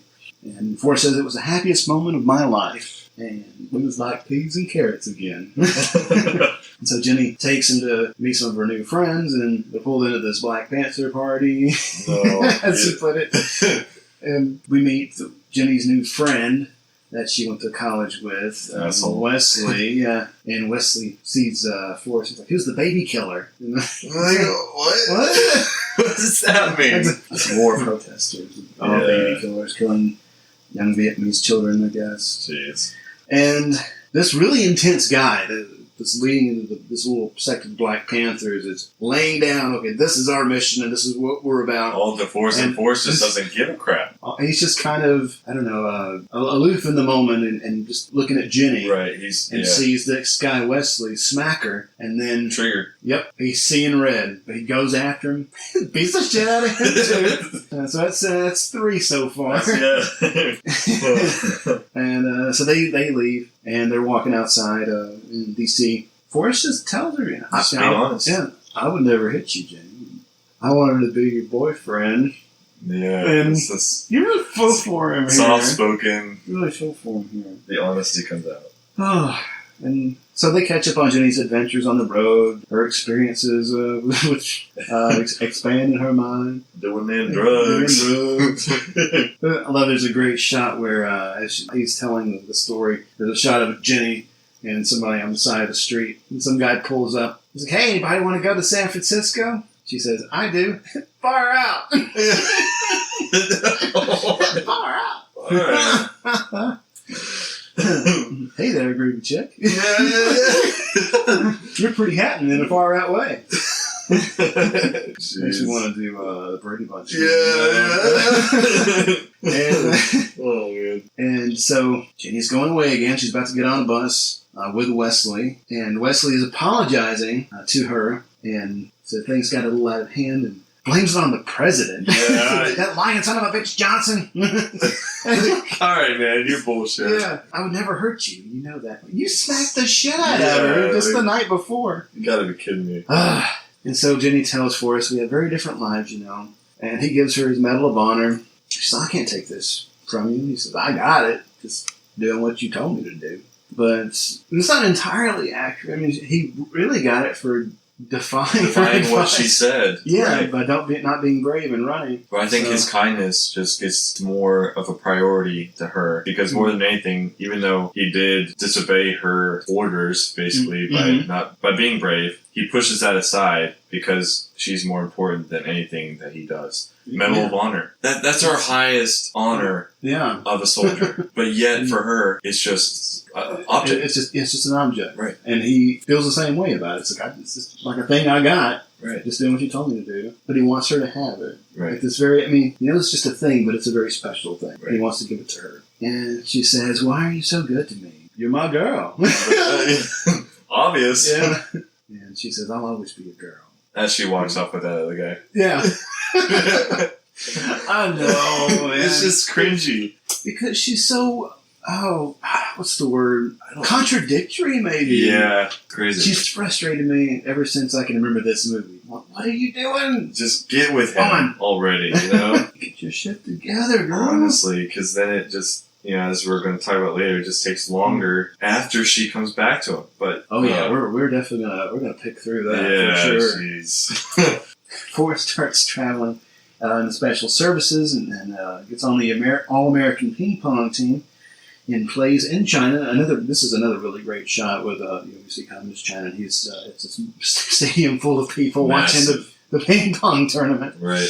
And, so he's being very skillful, of course, and gains even more notoriety in the public sphere. And he is a guest on the Dick Cavett Show, which was a pretty popular talk show at the time. And it seems like whenever a fictional character in a movie is pulled on to a talk show from this time, it's usually Carson or Dick Cavett. And so John Lennon is a guest. Yeah, this is the odd conversation I want to talk about, because Dick Cavett is asking Forrest about going to China and playing ping pong, and Forrest is saying in China they don't have a lot of things or something, and and John Lennon's like, no possessions. and That's supposed to. What does that mean? Even Dick Cavett's kind of like, and John Lennon's like, no religion too. I know these are lines from Imagine, but there's no conversation going. It's people saying random things that don't gel at all. And it's very random. It frustrated me too. Just let Forrest talk and have him listen. I think this scene with Lennon was the most obvious. However, the compositing is very good. Oh, it looks like he is there. Because there's even a moment where John Lennon leans over in front of I almost said Tom Cruise. In front of Tom Hanks. I hope I haven't said Tom Cruise at some point. No. But again, it's very realistic. Yeah, it just goes to further sell the integration of new footage and archival footage. Forrest leaves the soundstage, he goes outside, and he hears, so they gave you the Medal of Honor. No, that's Lieutenant Dan. That's great. And he's looking rough. Oh, yeah. He's got the long hair, he's got a beard, he's in his wheelchair, looks pretty pretty rough. And Forrest is just so unfazed by his anger. Yeah. You know? They gave you the idiot who made himself look like an idiot or like a fool on TV. Just so condescending. Yeah. Every line is condescending. They gave you the Medal of Honor. Well, that's just great. And so Forrest goes to stay with him for the holidays. Oh, yeah. And says that even though Lieutenant Dan doesn't have any legs, he spends most of his time exercising his arms. And then upon landing that line, we see Lieutenant Dan just chugging liquor down the street. Lieutenant Dan asked him, have you found Jesus yet, Gump? I didn't know I was supposed to be looking for him, sir. What a line. Lieutenant Dan's talking about this priest who came to the VFW or wherever he was at, or the hospital, I can't remember, and talking about let Jesus into your heart and you can walk beside him in the kingdom of heaven. Did you hear what I said? Walk beside him in the kingdom of heaven. Well, kiss my crippled ass. It's beautiful acting. God is listening. And, I'm going to heaven, Lieutenant Dan. Well, before you do, why don't you go out and get us another bottle of Ripple? Their chemistry is really, really good. It really is. It sells it.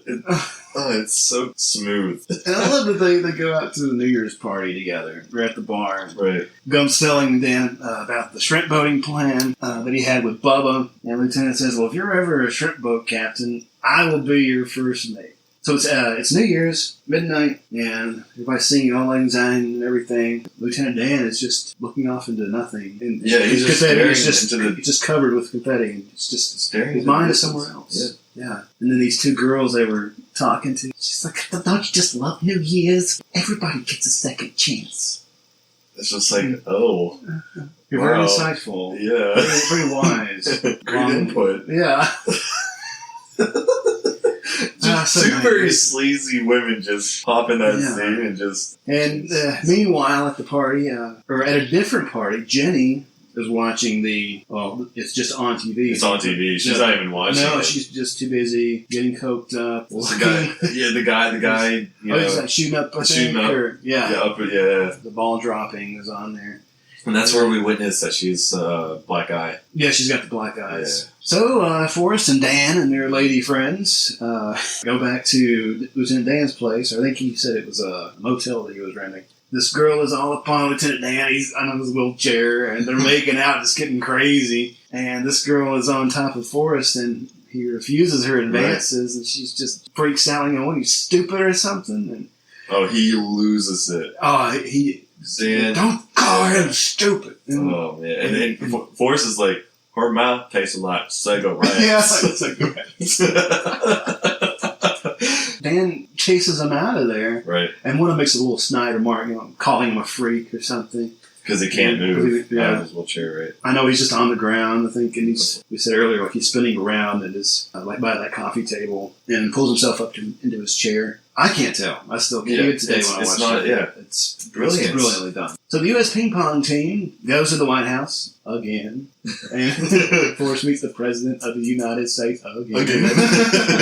This time meeting Richard Morehouse Nixon, who asks Forrest what hotel he's staying in. He says at the Hotel Ebon. Oh, no, I know a new place. Very new, very modern. And so he puts him at the Watergate Hotel. Out of all places, the irony. And at night, Gump is looking out. He calls security, and he can see over at the Democratic National Committee headquarters the people with flashlights doing the break-in.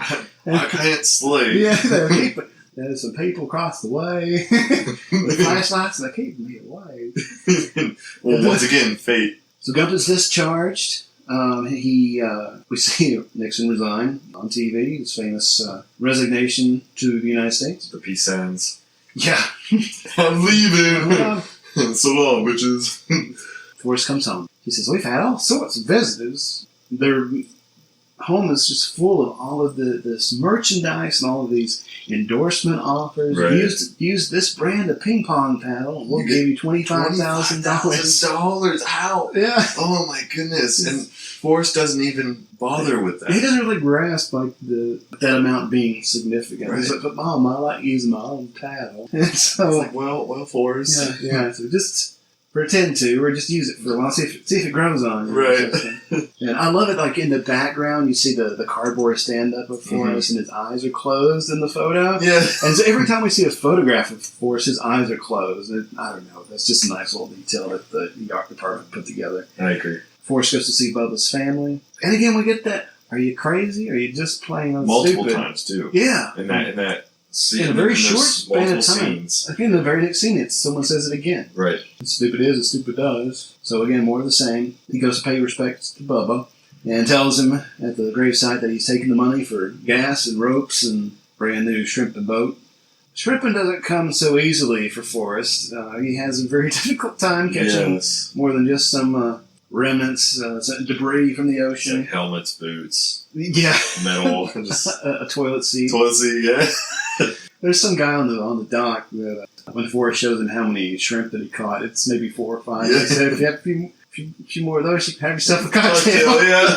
So meanwhile, Jenny is doping up, and then Freebird is playing, and then she goes to jump out this window, and she looks determined, and she looks high as a kite. Yes. It's interesting that Freebird is playing here, too. Not only does the music kind of have that, like it's really amped up, that it's during the solo, and so it has this very kind of turbulent... And she's about to do accelerated, and she decides better of it and climbs down. She's rocking. She's holding herself rocking back and forth, and she realizes she is just a wreck and is scared. And also, the title, Freebird, the whole thing about make me a bird. It was very symbolic. It is, and she's being a free bird. Yeah, but not free in the way that she should be. She's a prisoner of her own freedom. Minds blown. Airstrike. So Forrest is on the boat, and as he goes by the pier, he sees Lieutenant Dan right there on the dock. I love how this is a very great decision by Tom Hanks, where he's got his hands on his hips, like this, and in the back, he's got his back arched, and he just has that limp-wristed wave. Very jovial, very happy. Yeah. Oh, it's just so innocent. There are some great memes or like gifs with that Stephen King's It miniseries, where there's a shot where someone's in a car driving past Pennywise on the side of the road. Oh my gosh! And Pennywise just kind of points and chuckles, and they put those two scenes together where you see him waving, like Pennywise waving, and then you see Forrest waving back. You gotta look those up. Oh my gosh. And all you listeners out there, go check it out. So, Forrest just jumps out of the boat. The boat is in motion, by the way. It just keeps going. Keeps going. He asks Lieutenant Dan what he's doing there, and he's outstretching my sea legs. But you ain't got no legs, Lieutenant Dan. He's like, yes, I know that. He wrote me a letter. Well, Captain Forrest Gump, I had to see this for myself. And he tells him that I said that if you ever became a shrimp boat captain, I would be your first mate. Well, here I am. I'm a man of my word. And then the boat just crashes. That's my boat. It's just conveniently. I wonder what made how it survived. Yeah, it was going the opposite direction. That's a good point. Didn't even notice. Is it a Christine in a boat? You know, you just don't know. Maybe Jenny was jealous. It's like, what is he doing over there with that man in the wheelchair? If I can just steer myself over there, I'll run him down. But I'm just going to crash into the first. It's my turn. This is great. I know. Lieutenant Dan is on the top of the boat. He's up at the it's not really a crow's nest. It's basically the mast. He's up there, and head east. That's where we're going to find the shrimp. And they keep finding nothing. And I wonder, what is it that tells him that he saw? It's like, I see a school of shrimp over there. That's where we're going to find them, my boy. Yeah, he's kind of all so piratey. Because he kind of has that look going on. Right. He's got the handkerchief on his head. And they continue to find nothing. And he tells him, why don't you just pray for shrimp? And then eventually says, where the hell is this God of yours? And then Forrest says, that's when God showed up. And a Hurricane Carmen comes along. And this, crazy. I love this because Lieutenant Dan is still up in the mast, and it's, torrential rain, gusty winds, ravaging seas, and he is shouting at the heavens. Yes. You call this a storm? It's time for a showdown, you and me. I mean, just taunting God. Right. It was a powerful moment, though.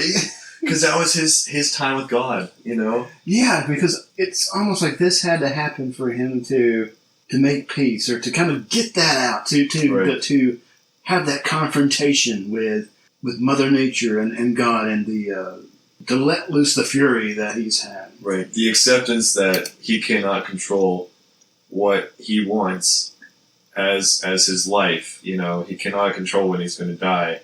And literally, in that scene, you can just see him coming to terms with his maker. Yeah. It's funny that even though he had not previously believed in God, but then he acknowledges the presence by shouting and confronting. Right.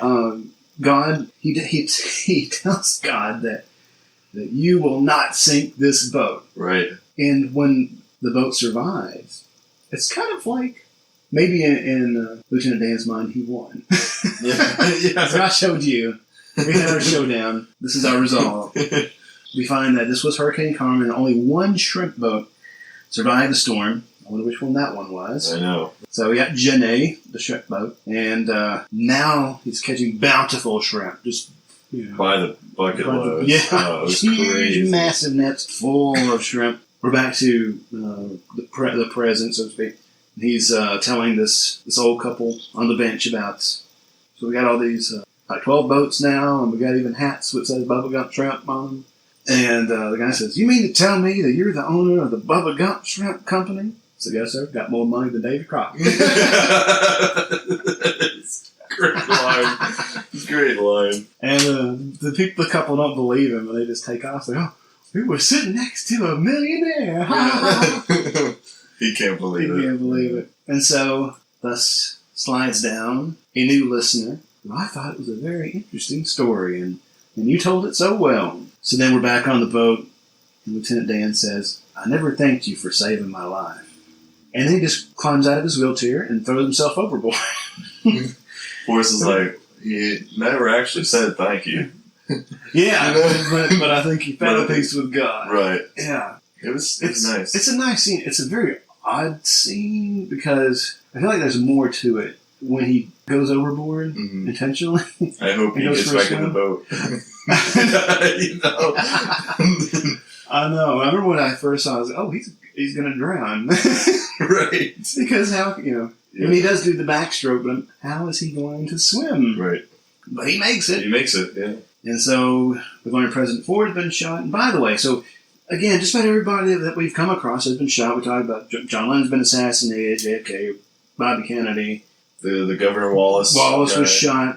And while they're on the boat, Forrest and Lieutenant Dan get a call. His mom's sick. He immediately jumps into the water and swims ashore and then runs back to Greenbow, Alabama. There to see his mother. And we get into the discussion about destiny again, the conversation about whether it's a choice or if it's predetermined. And she says, I was destined to be your mom. I did the best that I could, etc. And she says, I happen to believe that you make your own destiny. He says, what's my destiny, Mom? You're just going to have to figure that out for yourself. And then gets the life is a box of chocolates quote. You never know what you're going to get. He says, Mom always had a way of explaining things so that I could understand them. He said a few times. Right. So again, we get that repetition. Forrest is offered a job by the city to mow, I guess it's a football field, either at the high school or if it's a community center. I don't really know if it's clear. But it is a football field. It's a football field. He's as he's narrating, he says that Lieutenant Dan invested the shrimping operation money in some kind of fruit company that we see is Apple. Right. And that Lieutenant Dan says that we don't have to worry about money anymore. That's good. Right. One less thing. Right. And so he donates a lot of money to the local church and hospital and follows through on his word and gives Bubba's mom his share of the profits from the business. And one day while Forrest is mowing his own lawn, Jenny shows up. She comes home. She looks like she's cleaned up a little bit. Yeah. You can see the improvement. She doesn't look so haggard and black eyed. And the clothes she's wearing as well. Yeah. They're not sleazy. They're very clean and more conservative. Conservative, and she's more presentable, and it seems like she's more conscious about how she presents herself. So they hug, she stays with Forrest, they catch up, and one day they're out on a walk, come across her childhood home in ruins. And it's an interesting moment where she walks up to it very slowly, and she's throwing her shoes at it and rocks, just chunking rocks until she breaks a window. I was afraid she was going to run out of rocks there. Well, it's like Forrest said, he said, sometimes I guess there just aren't enough rocks. Yeah. But I don't think there's really any dialogue there. I think she just collapses to like a sitting position, and they just sit there together. Like she's crying. We can just feel the hate and resentment that she has. Like that house, so many bad memories there. And that's what made her as miserable as she was for all of these years. I think in her mind, like that's where she traced it down to, like that one kind of situation that sent her spiraling out on this downfall, this self-destructive crash course. Just ate her to pieces. Yeah, but at this point, we think she may be making a comeback. And he was like, peas and carrots again. And she gives him a gift, a new pair of running shoes, Nike running shoes. And she teaches him how to dance. And that's pretty comical, seeing him through the window in the living room doing a little jig. He says it was the happiest time of his life. And one day, as Jenny is heading up the stairs, he's at the bottom of the stairs and says, will you marry me? Such a big scene. Oh. She just pauses on the stairs. She just looks at him. And she doesn't respond. She's thinking a lot. She's thinking, but it's almost like she's thinking about, how do I say this to him? Yeah. He says, I'd make a good husband, Jenny. She says, I know you would, Forrest, but you don't want to marry me. And because in a way, I don't think he realizes everything she's done, but she knows that he'd accept her what she's done. It doesn't matter how much baggage she's carrying, or how broken she is, because I think in her mind she sees herself as a broken person, and she's not ready. She's not ready for that yet. Right. She had to prepare herself or get herself ready for anything like that. Yeah. And she knew she did, so. And he asked her, why don't you love me, Jenny? I'm not a smart man, but I know what love is. Then he walks out the door with the hands on hips. Yeah, hands on hips. Yeah. It's a great line. It's a mic drop of a line. It's a very mic drop of a line. First time I watched this movie, when I heard him say that, it's one of the most climactic scenes in this movie. You know, like we talked about with them hugging right there in D.C. Now we're going to this. Mm-hmm. There's a fire somewhere. Yeah. But now we're going to this, and it's just like, you know, because she didn't think he knew what love was, but for him to say that himself, not taking any orders from someone else. Right. It's huge. Right. It's his way of acknowledging like the limits of his abilities, or... Oh, yeah, the first time that we actually see him say something about that. Yeah. You know, the first time that we actually hear him open up about how he does have limitations. So she comes into his room later that night and says, Forrest, I do love you. And they kiss, and they start making out, and then, I think, make a baby. That's what a night. Yeah, which turns into a one-night stand because she bolts the next morning. She calls a cab and just takes off, leaving only the Medal of Honor.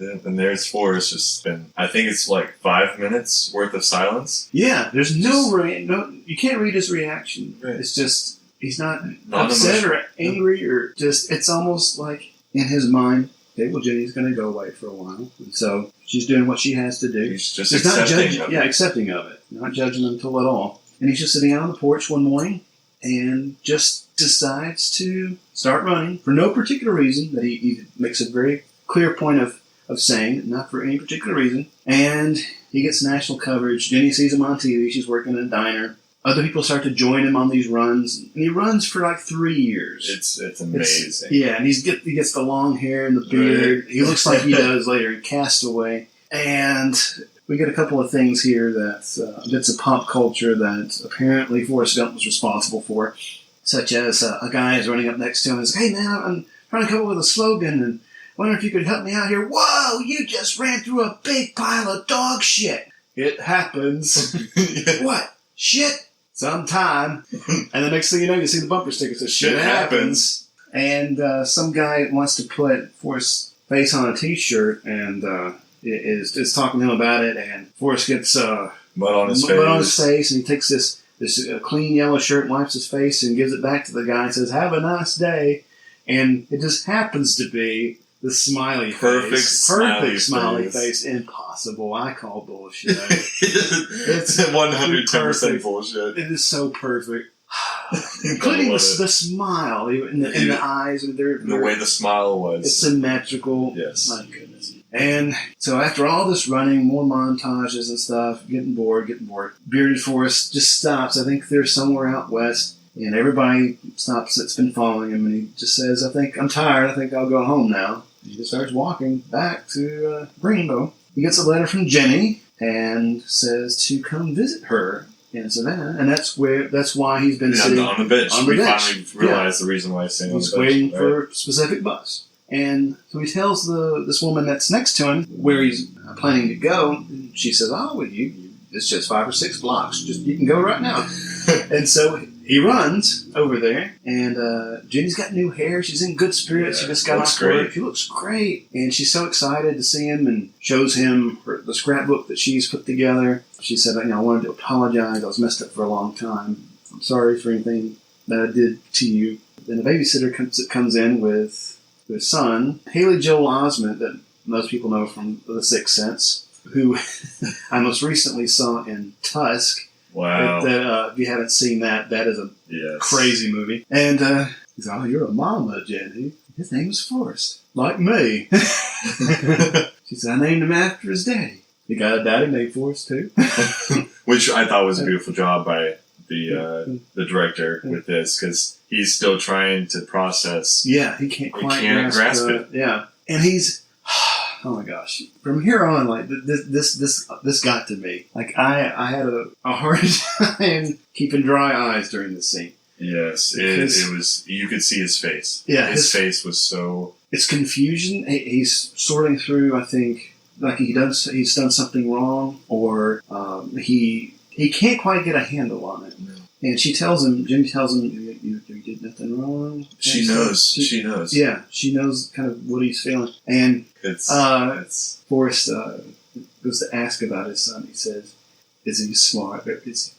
Right. And just that when his voice breaks a little bit, it's almost as though in that moment he thought, because of me or because of he might have the same problem. Yeah, the same problem. And she immediately fixes that. Yeah, so he's very smart. He's the smartest boy in school. And just how Tom Hanks plays that scene, just that moment, it cuts me to the quick.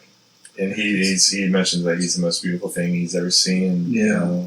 Oh my gosh. It's very next scene while little Forrest is playing. Forrest learns that she's sick with some kind of virus. We don't know what it is. The doctors don't know what it is. Now, it's not specified in the script.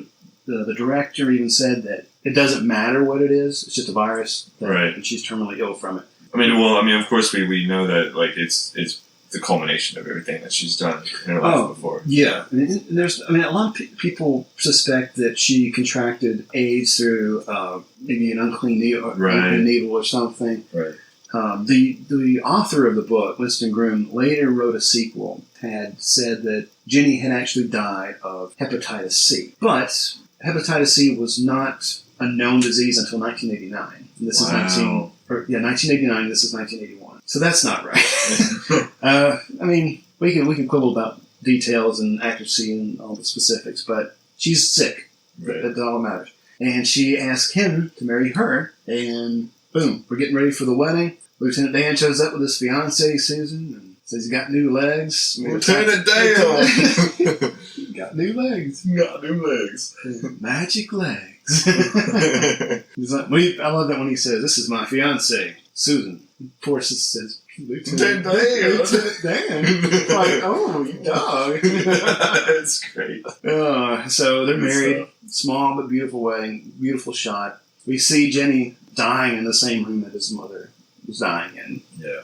He's telling about all these different experiences in Vietnam and on the shrimp boat and while running. He's talking about the stars and at times when you couldn't tell where heaven started and the earth began and stuff like that. And he's always finding beauty. Always in the world and people. I think that really says something about not only his mentality but his perspective. Like just how view on life. Yeah, there's not an ounce of negativity in it. Never, ever, ever. If you just carry yourself like he did every day with a positive attitude, you can go through life in a very highly resolved manner about what it gives you. We see Lieutenant Dan, he was negative about certain things, about how he viewed people, about even God, very condescending at times because he had one goal, one drive, all about war. That's my family's war. And if I don't die in this war, then my life has not been complete kind of thing. But that's not where the morality of this movie or even life as we know it goes. And Forrest, beautiful soul, captivated by a world of hatred, a world of chaos and war and anger and drugs and alcohol. Civil strife and political turmoil but he stayed true to himself. Yeah. He is, I think, when the protagonist doesn't change throughout the course of a film, like they have no arc, I think this is a case where he does have the arc where he later, as he's talking to Jenny's tombstone, he kind of puts it all together about what destiny means or like what the nature of that is. But for the most part, he is solid throughout. Like he's unwavering, very consistent. And I think that says a lot about him because everyone else around him is changing. Jenny changes, and Lieutenant Dan changes, and so I just thought that was all because of him and his influence. Yeah. So Jenny dies, and he's talking to her because she died on a Sunday morning and had you placed here under our tree, and tells her that he had her father's house bulldozed to the ground. He talks about being with Will Forrest and how he's taking care of him, making sure he's brushing his teeth and eating well and everything. Teaching him how to play ping pong, and they fish alike. He says, and every night we read a book. He's so smart. He gets choked up about choked about how smart his son is. And he's being a good father at it, too, on a daily basis. He's so proud. Yeah. So proud. And he treats his child with the same level of devotion as he did with Jenny. With Jenny. It's beautiful. He tells Jenny that little Forrest wrote her a letter, but he wasn't allowed to read it, and so he just leaves the sealed envelope by the tombstone. And this is where he puts it all together, that Mama's view versus Lieutenant Dan's view, that if we each have a destiny, or if we're all just floating around, accidental like on a breeze, maybe it's both happening at the same time, you know. And so I think that's where he kind of, he crafts his own philosophy from that. He explains the moral of this movie. Yeah. It's just all in that one line. It's tied up. It ties up that little box of chocolates. So. Ring-a-ding-ding. Ring-a-ding-ding. So in the last scene, little Forrest is waiting with his dad, and he's bringing Curious George, the book for show and tell. And Forrest said, my favorite book. But he's had it with him since he was a child. Right. And little Forrest is about to get on the bus. And this is a neat moment, too, where Forrest said, he stops him and says, don't. And he pauses. He says, I want to tell you that I love you. So I love you too, Daddy. And he gets on the bus. And little Forrest says, I know who you are, bus driver. You're Dorothy Harris, which is the same bus driver. Same exact bus driver. Forrest had. Right. Forrest Sr. And as the bus drives away, Forrest is sitting down. And the feather from the beginning of the movie he had placed inside the Curious George book, and now it had fallen out and is laying at his feet. And then the wind carries it along, and it floats us on out of this narrative, and we roll credits. And that is 1994's Forrest Gump. Wow. Ta-da! Ta-da! Yeah. I mean, it's a lot to get through. There's a lot to chew on. Yes. But it's the significance is mind-blowing. I more so than any of the other movies that we've talked about. It's so good. I mean, if I think of Forrest any longer, I'm just going to break out into tears. Yeah. So, I think I can safely say we both enjoyed this movie a great deal. Yes. And I think we both got a lot out of our discussion today. Very much so. And peeled back some pretty significant layers hidden beneath the surface. That's our episode for today. For next time, as we approach October and getting ready for Halloween, picking out our pumpkins and choosing our Halloween costumes, we're going to be talking about a little 1988 horror movie, directed and co-written by Tom Holland, about the Good Guys doll. Yes. Possessed by the spirit of a serial killer that goes on a killing rampage. It's 1988's Child's Play that birthed the Chucky franchise. And I know this is a pretty healthy franchise at the moment, but one good reason why we decided to do this is because this property is being repurposed for both a TV show and I believe or a reboot or something like that. It's really confusing what's going on, but I saw a picture of the new Chucky. Wow. That's a nice revamp of the original. Yeah, it's a good update. However, they're changing the narrative from what I understand, and fans they're losing their shit. Oh boy. That it's not going to be possessed by a serial killer, but it's just going to be an artificially intelligent child's doll that goes bad. It loses its touch that way. Right, that is at the heart the essence of Chucky. The essence of Chucky. And so you can't have Chuckiness without the Chucky of Chuckies. the Chucky. You gotta have the Chucky. So we'll be talking about Child's Play and Charles E. Ray and Little Andy next time when we come back.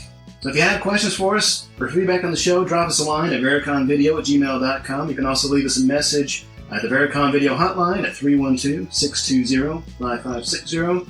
Find us on Twitter, find us on Facebook. Be sure to drop us a line. Let us know what you think of the show. If you want to support the show and help spread the word about Vericon Video, we have some awesome t-shirts, stickers, and other things. You can find more information at our website at www.vericonvideo.com. On there, there's also a link to our Patreon page where for a monthly pledge you can help us offset the cost of web hosting fees and help us upgrade our equipment and help us to do other things to create better content for you. And for your support, depending on the tier that you choose, you'll receive rewards like bonus episodes, exclusive merchandise, and a chance to join us on the show for an episode. Find out more at www.patreon.com/VericonVideo. The link is also on our website.